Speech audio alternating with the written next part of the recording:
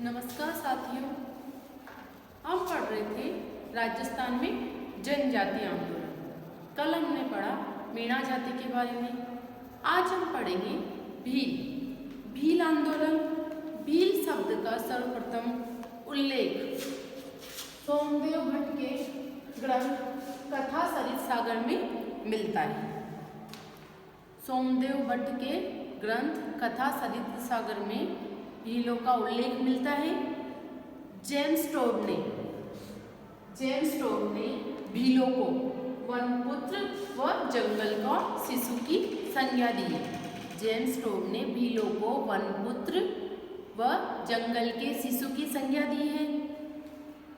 भीलों का इतिहास मेवाड़ के सिसोदिया वंश से जुड़ा हुआ है। मेवाड़ के कौन से वंश से? सिसोदिया वंश से जुड़ा हुआ है। मेवाड़ के सिसोदिया शासक स्वयं को भीलों का ही उत्तराधिकारी मानते हैं। मेवाड़ के शासकों का राज तिलक उंदरी गांव के भीलों के द्वारा किया जाता है।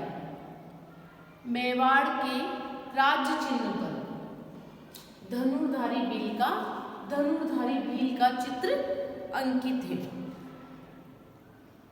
अंग्रेजी सरकार ने भीलों पर नियंत्रण रखने के लिए 1841 में खेरवाड़ा में मेवाड़ भील कोर नामक सैनिक टुकड़ी का गठन किया, जिसे खेरवाड़ा भील कोर भी कहा जाता है। याद रखना, अंग्रेजी सरकार ने 1841 में खेरवाड़ा में मेवाड़ भील कोर का गठन किया। इसे खेरवाड़ा भील कोर भी कहा जाता है। भीलों द्वारा मेवाड़ के जंगलों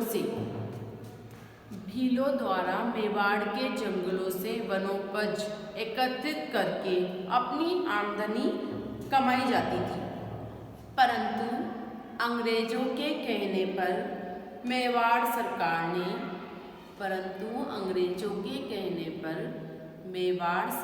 ने इस पर कर लगा दिया, जिससे भील नाराज हो गए। भीलों द्वारा तीर्थयात्रियों से बोलाई नामक पथकर लिया जाता था। इस पर भी मेवाड़ सरकार द्वारा रोक लगा दी गई, तो इससे भील और ज्यादा मेवाड़ सरकार से नाराज हो गए। राणा स्वरूप सिंह के शासनकाल में 1853 में अंग्रेजी सरकार ने मेवाड़ के भीलों में प्रचलित डाकन प्रथा पर प्रतिबंध लगा दिया। 1853 में अंग्रेजों ने मेवाड़ में डाकन प्रथा पर प्रतिबंध लगाया। कौन से शासन के? उसमें स्वरूप सिंह उस समय शासक थे। भीलों ने इसे सामाजिक हस्तक्षेप मानते हुए इसका विरोध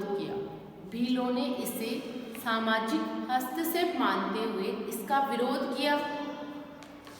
भीलों द्वारा 1881 में कराई गई जनगणना का भी विरोध किया गया। फर्स्ट जनगणना कब हुई थी? 1881 में, लॉर्ड मेयो के काल में। मेवाड़ महाराणा सज्जन सिंह के प्रतिनिधि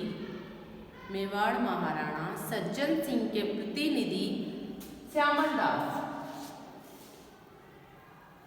ने 1881 में भीलों के साथ एक समझौता किया। इस समझौते के अनुसार भीलों को बोलाई कर वसूलने की छूट दी गई। वनोपज पर लगाया गया कर समाप्त कर दिया गया।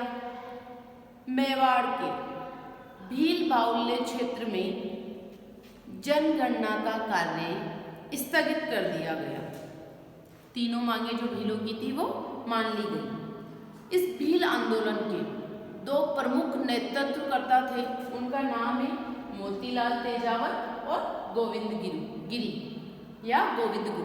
ये दोनों ही जो नेतृत्व करता है, ये बहुत फेमस है। इनसे रिलेटेड क्वेश्चन हमेशा हर एग्जाम में आता ही आता है। मोतीलाल तेजावत के बारे में हम पढ़ेंगे। मोतीलाल तेजावत को आदिवासियों का मसीहा कहा जाता है। इनका जन्म 1886 में कोलियारी गांव में हुआ। कोलियारी गांव में ओसवाल परिवार में हुआ। तेजावत मेवाड़ रियासत के चाडोल के ठिकानेदार थे और भीलों के समर्थक थे। तेजावत ने मेवाड़ राज्य के विरुद्ध भीलों के समर्थन में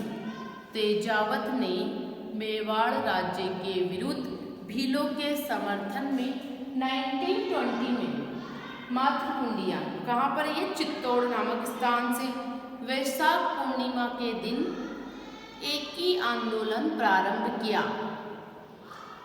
कब किया एक ही आंदोलन प्रारंभ? मोतीलाल तेजावत ने 1921 में मातृकुंडिया नामक स्थान से एक ही आंदोलन वैशाख पूर्णिमा के दिन मोतीलाल तेजावत ने प्रारंभ किया। इस एक ही आंदोलन को ही भूमट आंदोलन भी कहते हैं। अंडरलाइन कर लेना, एक ही आंदोलन को ही भूमट आंदोलन भी कहते हैं। तेजावत के नेतृत्व में 1921 में नीमड़ा में भीलों की एक सभा हुई, जिसमें मेवाड़ की सेना द्वारा गोलियां चलाने के कारण 1200 भील शहीद हो गए। इसे ही नीमड़ा हत्याकांड कहा जाता है।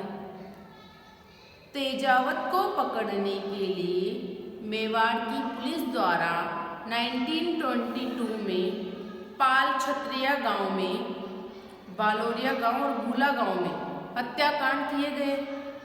तेजावत 1929 से 1936 में उदयपुर की जेल में रहे। तेजावत ने 1936 में उदयपुर में वनवासी सेवा संघ की स्थापना की। वनवासी सेवा संघ की स्थापना किसने की? मोतीलाल तेजावत ने 1936 में वनवासी सेवा संघ की स्थापना की। स्टार लगा लेना इस क्वेश्चन। मोतीलाल तेजावत 1942 में भारत छोड़ो आंदोलन में महात्मा गांधी से जुड़ गए थे। मोतीलाल तेजावत 1942 में हुए भारत छोड़ो आंदोलन में महात्मा गांधी से जुड़ गए थे। अब हम पढ़ेंगे गोविंद गुरु या गोविंद गिरी के बारे में।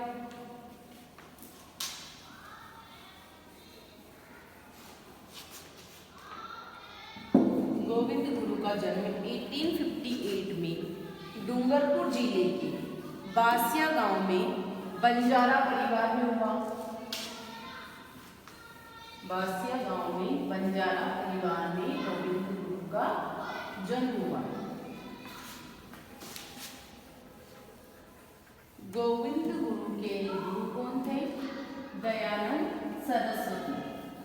गोविंद गुरु के गुरु को गोविंद गिरी के गुरु थे दयानंद सरस्वती। अब देखो गोविंद गिरी, इनका जन्म 1858 में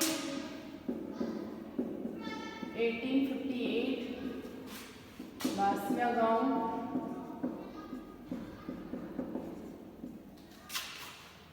गुरु कौन थे? दयानंद सरस्वती। दयानंद सरस्वती।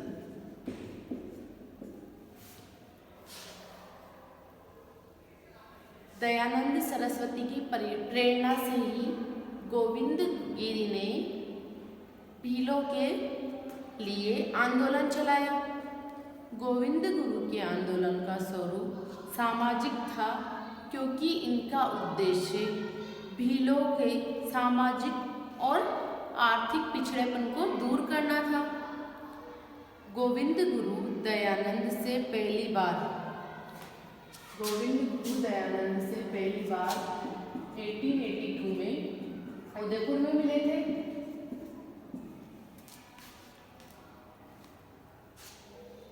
इस समय उदयपुर के महाराणा कौन थे? सज्जन सिंह। गोविंद गुरु ने 1883 में सिरोही में सिरोही में संप सभा की स्थापना की। संप सब क्वेश्चन पूछते हैं ना, संप सभा की स्थापना किसने की? तो गोविंद गुरु ने। कब की? 1883 में। कहाँ की? सिरोही में। संप शब्द का अर्थ होता है प्रेम। संप शब्द का अर्थ क्या होता है? प्रेम। गोविंद गुरु के आंदोलन को क्या कहा जाता है? गोविंद गुरु के आंदोलन को भगत आंदोलन। गोविंद गुरु के आंदोलन को भगत आंदोलन कहा जाता है। पूछा जाता है ना, भगत आंदोलन किसके नेतृत्व में हुआ है? किसने किया? तो गोविंद गुरु ने।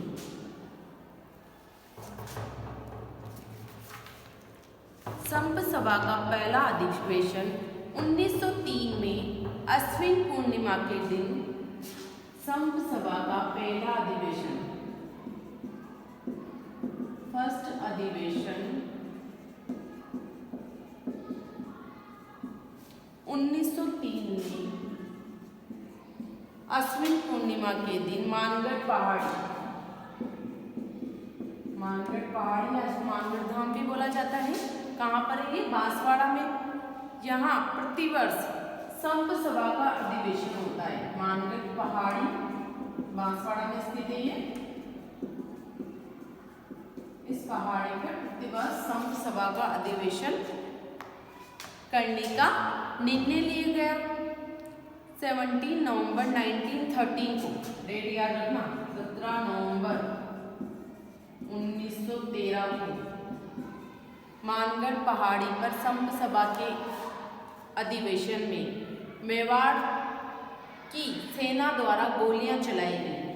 17 नवंबर 1913 को इसको मानगढ़ हत्याकांड कहा जाता है। मानगढ़ पहाड़ी पर गोलियां चलाई गई मेवाड़ सरकार द्वारा। इसमें लगभग 1500 भील शहीद हो गए। इस मानगढ़ पहाड़ी में जो गोलियां चलाई गई 1913 में, 17 नवंबर 1913 में, उसमें 1500 भील शहीद हो गए। इस घटना को इतिहास में मानगढ़ हत्याकांड के नाम से जाना जाता है। इसे राजस्थान का जलियांवाला बाग हत्याकांड कहा जाता है।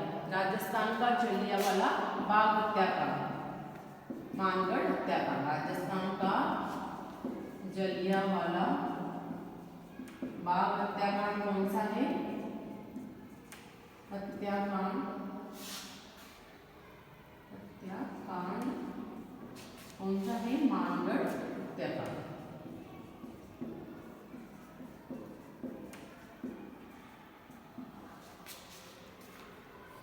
इस हत्याकांड के बाद गोविंद गुरु कंबोई नामक स्थान पर चले गए, जहां 1963 में उनकी मृत्यु हो गई। कंबोई नामक गांव या स्थान, कंबोई नामक स्थान पर 1963 में गोविंद गुरु की मृत्यु हो गई। अब हम पढ़ेंगे राजस्थान में प्रजामंडल आंदोलन। अगर वीडियो पसंद आ रहा है तो वीडियो को लाइक कीजिए, चैनल को सब्सक्राइब कीजिए। इस क्लास को आपके फ्रेंड्स के साथ शेयर ज़रूर कीजिए। धन्यवाद।